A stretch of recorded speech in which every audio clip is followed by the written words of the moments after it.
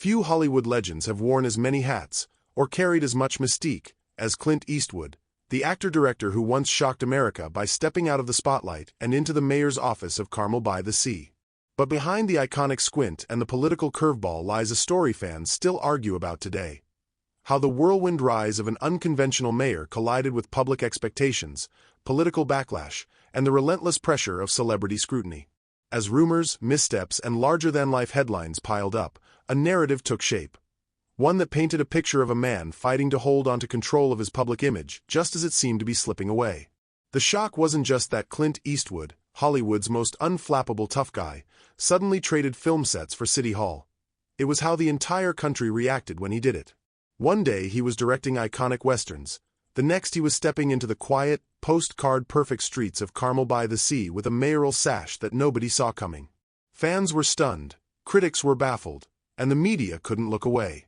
It felt like a plot twist ripped straight from one of his own movies, except this time, Eastwood wasn't playing a role. He was rewriting it, live, in front of a nation eager to see whether the Hollywood rebel could actually run a tiny coastal town better than he ran his movie sets. Most celebrities flirt with politics. Clint Eastwood dove straight in.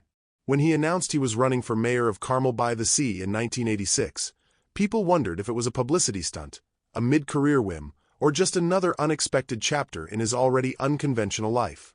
But residents quickly realized he wasn't playing at politics.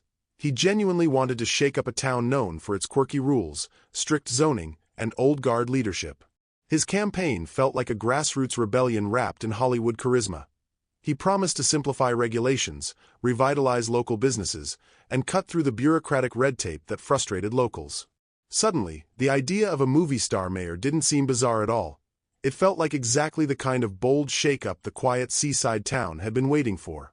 Once Clint Eastwood settled into the mayor's office, the novelty of a movie star running Carmel-by-the-Sea quickly gave way to something far more surprising.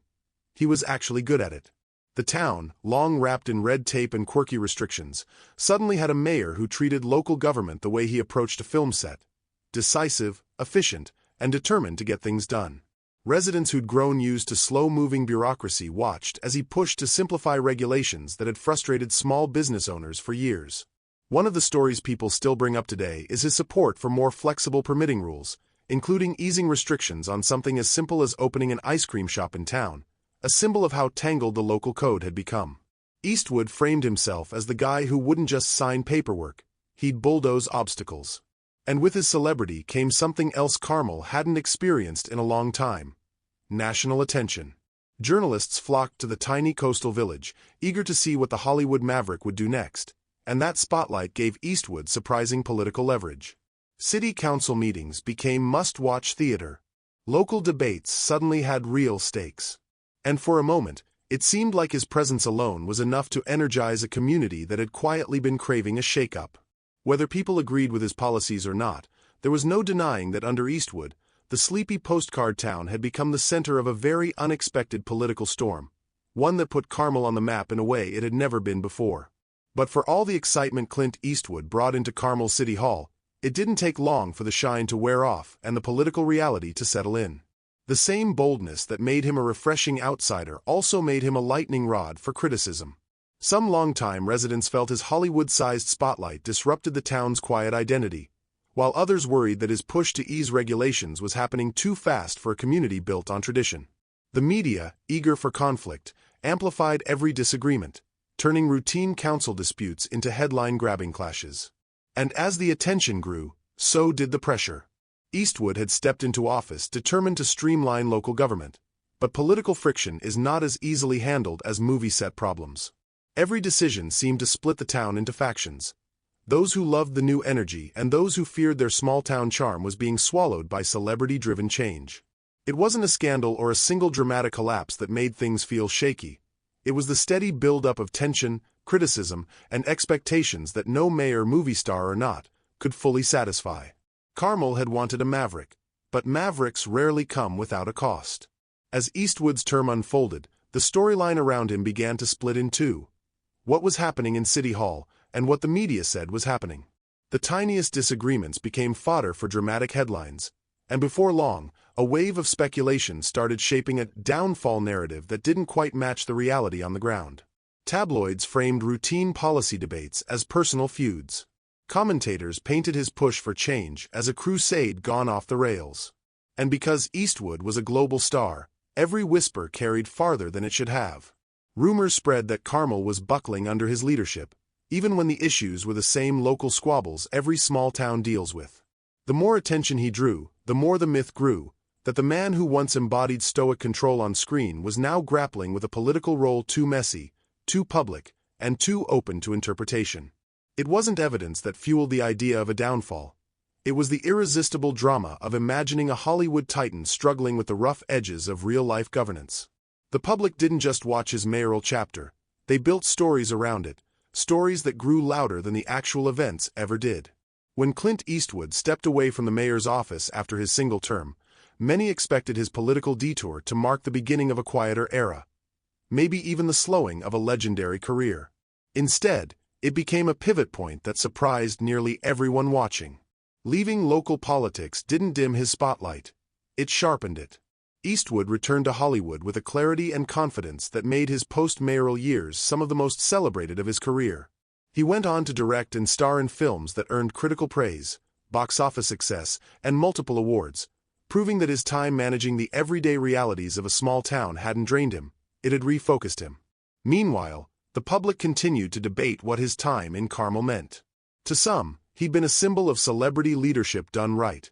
A mayor who took the job seriously, kept his promises, and exited without drama.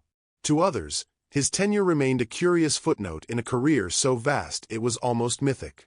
But no matter how people interpreted it, his life after office made one truth impossible to ignore. Eastwood didn't fade, he evolved.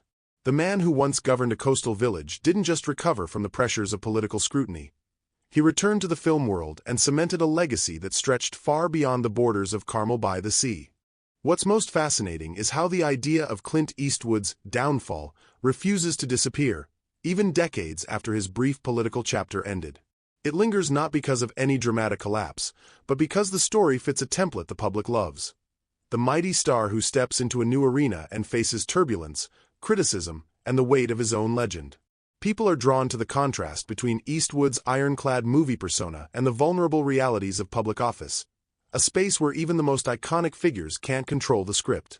Add in the nostalgia of his Hollywood legacy, the novelty of his political experiment, and the endless appetite for stories about powerful men navigating unexpected challenges, and you get a narrative that keeps resurfacing in conversations, articles, and online debates. It's less about what actually happened in Carmel and more about how people interpret it.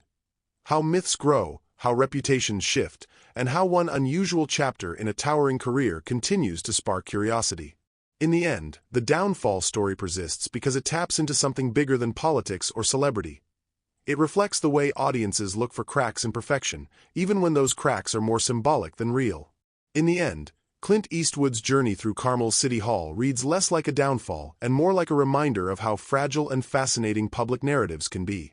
A single detour into politics became a prism through which fans, critics, and storytellers reinterpreted his entire persona, highlighting how even the most commanding figures can be reshaped by expectation, pressure, and the public's hunger for dramatic arcs.